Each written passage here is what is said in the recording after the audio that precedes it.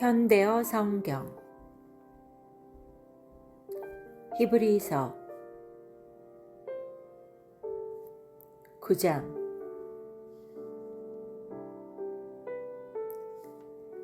맨 처음 하나님과 그분의 백성 사이에 맺은 계약에도 물론 예배 규정과 예배 장소에 대한 약속이 있었습니다.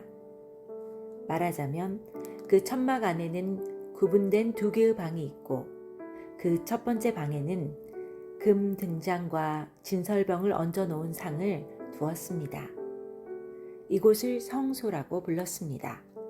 그리고 성소 안쪽에 휘장으로 가려놓은 방을 지성소라고 해서 금향당과 순금으로 전체를 입힌 계약궤를 두었습니다. 그 궤 안에는 십계명을 기록한 두 돌판과 만나를 넣은 금항아리와 싹이 돋은 아론의 지팡이가 들어있었습니다. 이 상자 위에는 그룹이라고 불리는 하나님의 영광을 수호하는 천사들의 형상이 큰 날개를 펴서 그 황금궤의 뚜껑을 덮고 있는 모습이 새겨져 있었습니다. 이 뚜껑을 속죄판이라 불렀습니다. 그러나 이제 더 이상 자세하게 설명할 필요는 없을 것입니다. 이상과 같은 것이 갖추어진 성막 안에서 제사장들은 필요할 때마다 첫 번째 방을 드나들며 그들의 직무를 수행하였습니다. 그러나 그 안쪽에 있는 방에는 대제사장만이 1년에 단 한 번, 그것도 혼자서만 들어갈 수 있었습니다. 그때 그는 모든 백성의 죄는 물론 자신의 허물과 죄를 용서받기 위한 제물의 피를 가지고 들어가 뿌렸습니다. 성령께서 이를 통하여 우리에게 가르쳐 주시려는 것은 옛 제도 아래에서는 첫 번째 방이나 또 거기에 따르는 여러 제도가 있는 한 일반 사람들은 지성소에 들어갈 수 없다는 것입니다.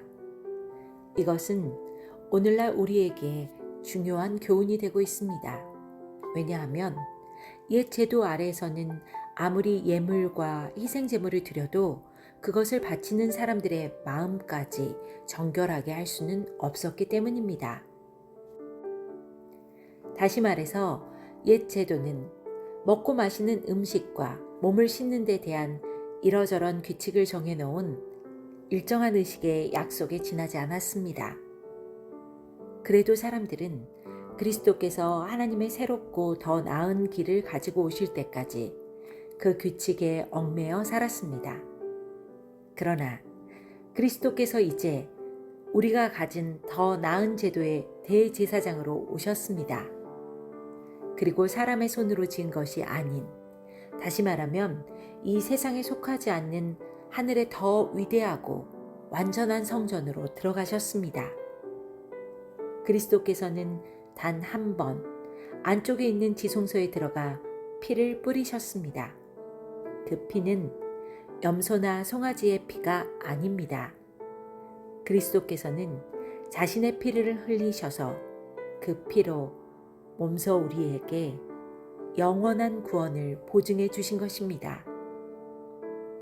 만일 옛 제도 아래서 황소나 염소의 피와 암송아지의 제가 사람들의 몸을 죄악에서 씻어낼 수 있었다면 하물며 그리스도의 피가 우리의 마음과 생활을 변화시킨다는 것은 더욱 확실한 일이 아니겠습니까?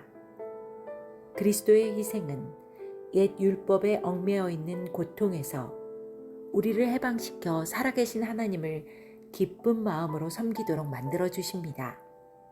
그것은 영원히 살아계시는 성령의 도우심으로 티끌만한 죄도 흠도 없으신 그리스도께서 기꺼이 하나님께 자신의 몸을 드려 우리 죄를 대신해서 죽으신 덕분입니다.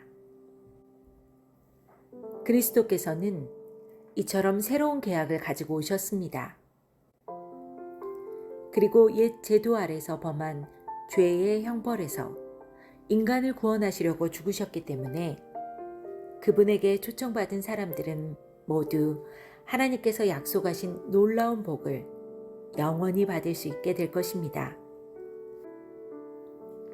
만일 어떤 사람이 재산 상속인을 정해놓은 유언장을 남겼다고 합시다. 그러나 그 재산은 유언장을 남긴 사람이 죽은 것이 증명될 때까지는 아무도 손댈 수가 없습니다. 유언은 유언한 사람이 죽은 후에야 비로소 효력이 발생하기 때문입니다. 그 사람이 살아있는 동안에는 아무리 그 재산이 상속인에게 약속된 것이라 하더라도 쓸 수 없습니다. 이런 이유로 첫 번째 계약도 효력을 발생하려면 그리스도의 죽으심을 증명할 피를 뿌려야 했던 것입니다. 모세는 백성에게 하나님의 율법을 다 들려준 후에 물에 섞은 송아지와 염소의 피를 우슬초와 붉은 양털에 묻혀서 계약의 책과 모든 백성에게 뿌렸습니다. 그리고 모세는 이렇게 말하였습니다. 이 피는 하나님과 여러분 사이에 맺은 계약이 효력을 발생했다는 표입니다. 이것은 하나님의 명령에 따라 여러분과의 사이에 세우게 된 것입니다. 또 모세는 성막과 예배에 쓰이는 모든 기구에도 이와 같이 피를 뿌렸습니다. 옛 율법 아래서는 모든 것이 피로써 깨끗해졌다고 할 수 있습니다. 피 흘림 없이는 죄를 용서받을 수 없기 때문입니다. 하늘에 있는 것을 본떠서 만든 땅 위의 성막과 그 안에 있는 모든 것은 이와 같이 모세가 짐승의 피를 뿌려서라도 정결하게 만들어야만 되었습니다. 그러나 그 원형인 하늘에 있는 것들을 정결하게 하려면 훨씬 더 나은 희생제물이 필요한 것입니다. 그리스도께서는 하늘에 있는 참 성전을 본따서 지은 땅 위의 성소에 들어가신 것이 아닙니다. 바로 하늘의 성소에 들어가셔서 지금은 우리의 친구로서 하나님 앞에 계십니다. 그리고 그리스도께서는 땅 위의 대제사장이 해마다 정한 날에 짐승의 피를 가지고 지성소에 들어가 뿌린 것처럼 자신의 몸을 해마다 희생제물로 드릴 필요가 없습니다. 만일 그래야 한다면 세상이 시작되던 때부터 몇 번이고 거듭 죽으셔야 했을 테지만 절대 그렇지가 않습니다. 그리스도께서는 이 시대의 끝날 죽음으로 죄의 세력을 영원히 제거하시려고 단 한 번 이 세상에 오신 것입니다. 마치 인간들이 한 번 죽은 뒤에 심판을 받게 되어 있는 것처럼 그리스도께서도 많은 사람들의 죄를 제거하시기 위하여 자기 몸을 들여 한 번 죽으신 것입니다.